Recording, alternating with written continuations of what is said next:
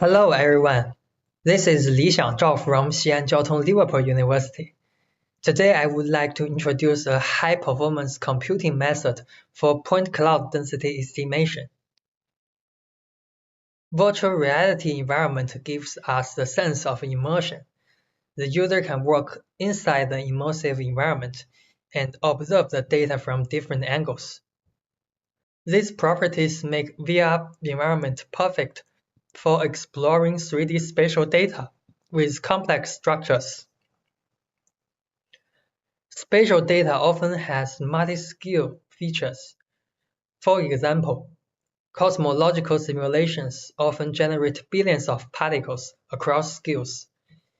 Even when you zoom in a lot, you can still see many details. To discover the clusters and structural patterns of such data, Kernel Density Estimation (KDE) is widely used in scientific domain. The idea is to convert the discrete points into a continuous scalar density field. Each position in a space has a scalar density value. Once we have that field, we can render isosurfaces, which help us see the exact shape and boundary of the data clusters. Well, the question is, when should we compute this density field? If we pre-compute the density field and maintain the density field in the whole multiscale exploration process, when the users zoom in for those finer structures, they will lose accuracy because the sampling resolution of the field is not enough to capture the tiny structures. An alternative way is to dynamically calculate the density field of the focus area during the exploration. But it's usually too slow for real-time VR interaction. To address this, we propose ScaleFree, a GPU-accelerated KDE method designed for on-the-fly density estimation in VR environment. We use modified Bremen KDE method with a finite-support adaptive Epniknikov kernel. Here's how it works. We first upload the input data into the GPU memory. Then we dispatch 3 compute kernels to compute the density field.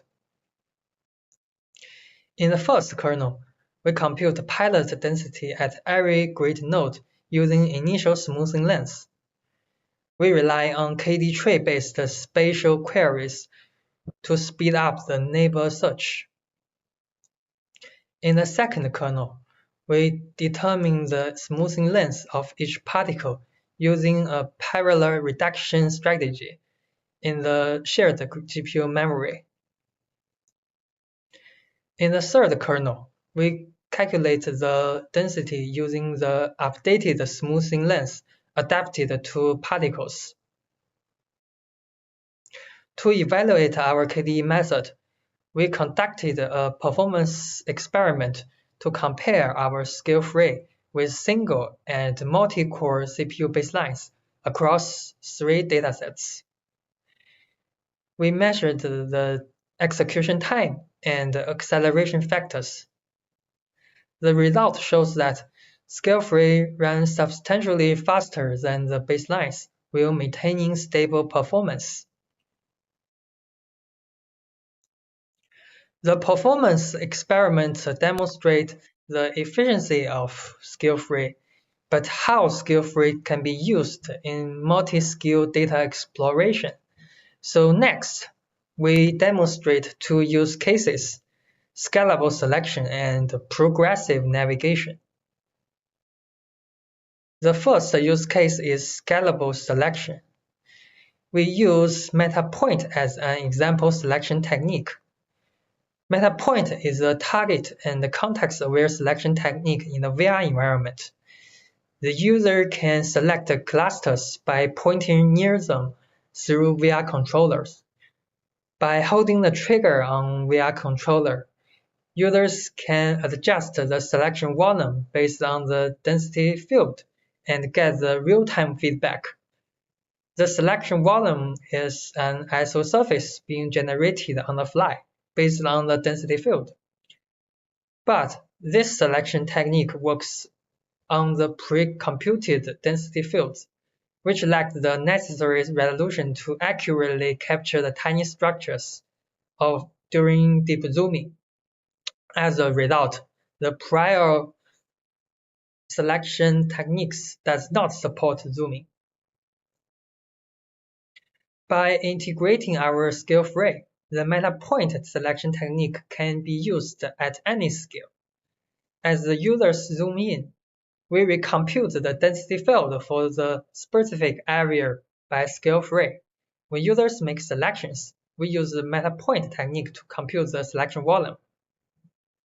This way, as users dive into the data, we support them move smoothly across scales, while keeping their selections accurately at each step. The scalable selection can also help users to quickly navigate to region of interest.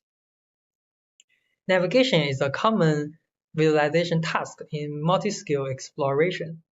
We first calculate the data density by ScaleFree. Users then select a region of interest as introduced earlier.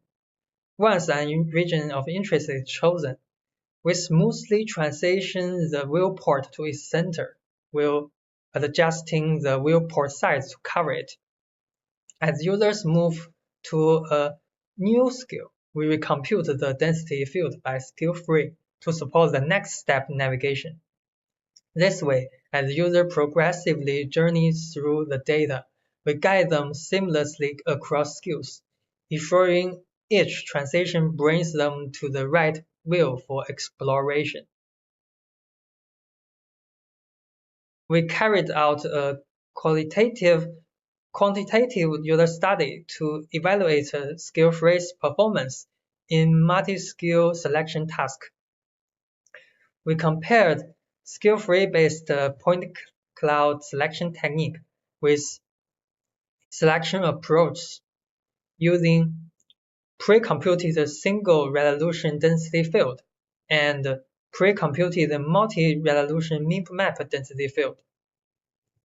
24 participants were asked to select the yellow target in multi-scale context with the three selection techniques. We measured the time and error, and we collected the user qualitative feedback. Results indicated that ScaleFree enabled fast and more accurate selections. Participants reported lower workload and expressed stronger preference for ScaleFree. For more detail, please refer to our paper. At last, I would like to discuss the trade-off between dynamic and pre-computed KDE methods. First, for pre-computed KDE, the main advantage is instant access to density values with zero latency. The downside, however, is a fixed resolution, which leads to a loss of detail during deep zooming. Pre-computed method is best suited for moderate scale datasets or the environments with limited GPU memory. In contrast, our dynamic KDE approach provides flexible resolution, enable high precision interaction at any arbitrary scale. The trade-off here is a high demand for GPU resources and a more complex implementation. Dynamic method is suitable for complex, multi-scale exploration where the user has sufficient GPU memory to handle on-the-fly updates. We open source our KDE method on GitHub, and the users study data, code, and results on OSF. Thank you for your attention.